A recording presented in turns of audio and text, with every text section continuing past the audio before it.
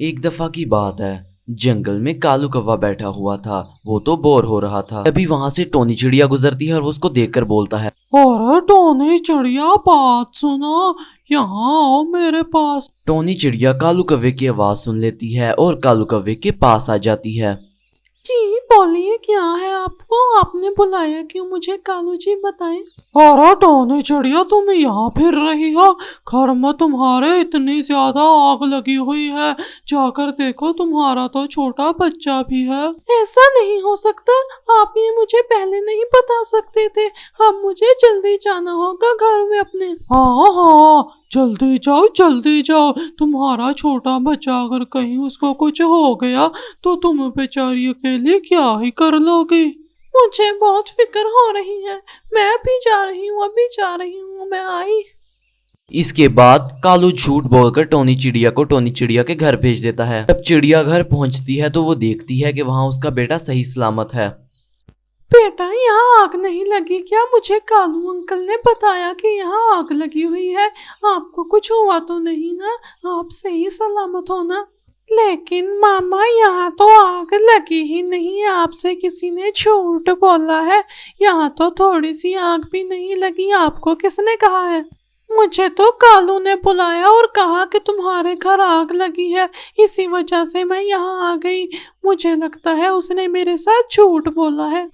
यही किया होगा उसने।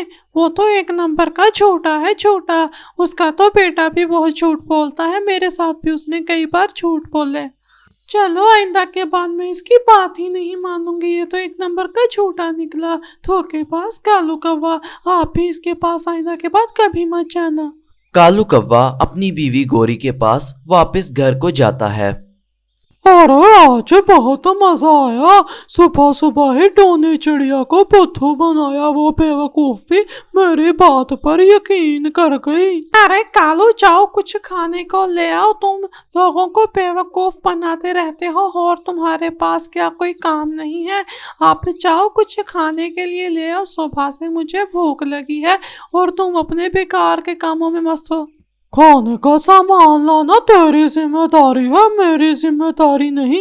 लेके आना है तो ला, नहीं तो मैं सिर्फ अपने लिए लाऊंगा, समझी? जा रही हूँ जा रही हूँ। एक तो ये नकारा काम कुछ नहीं करता, दूसरा हुक्म चलाता मुझ पर। चुप करके चली जा, नहीं तो तेरी टांगे तोड़ दूंगा, समझी गोरी? इसके बाद गोरी दाना लेने के लिए अपने घर से बाहर चली जाती है और कालू कौवा पीछे से। सारा मूड खराब कर दिया इस गोरी ने तो मेरा। अब किसी और को उल्लू बनाता हूँ। तोता बैठा होगा इस टाइम दरख्त पर, उसके पास जाता हूँ। इसके बाद कालू कौवा मिठू तोते को बुद्धू बनाने के लिए मिठू तोते के पास जाता है। वो दरख्त पर बैठकर आराम कर रहा था।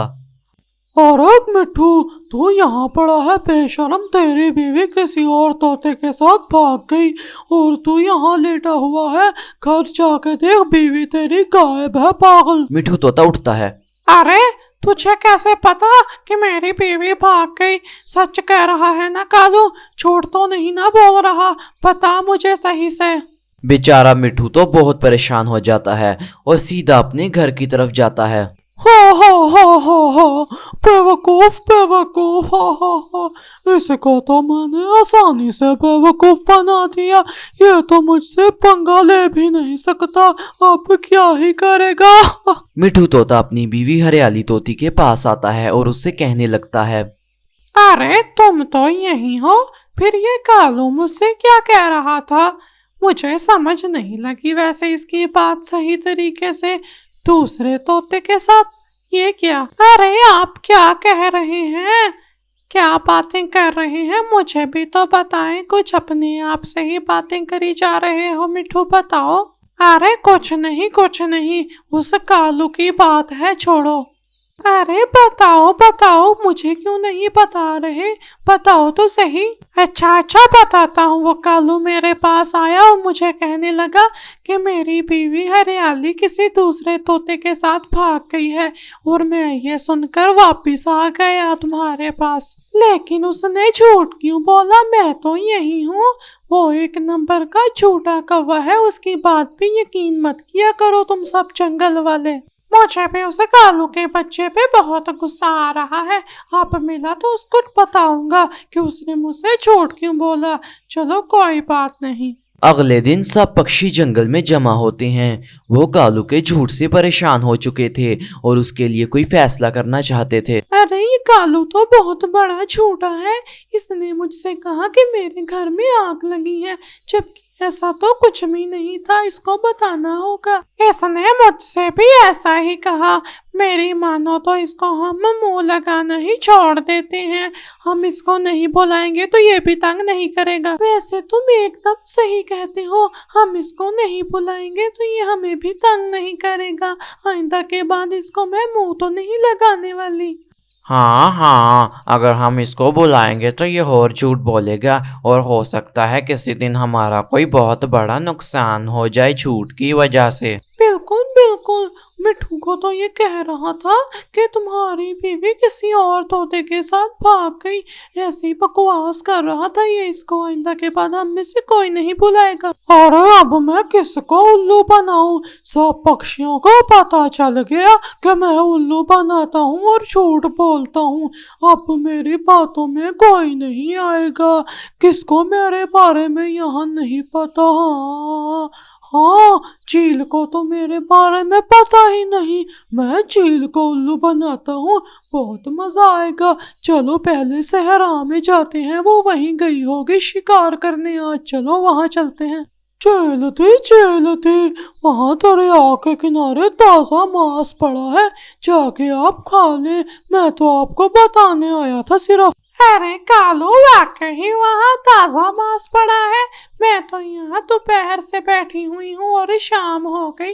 मुझे अब तक कोई मांस या ऐसी कोई चीज नहीं दिखी। तुम्हें कहाँ से दिख गई?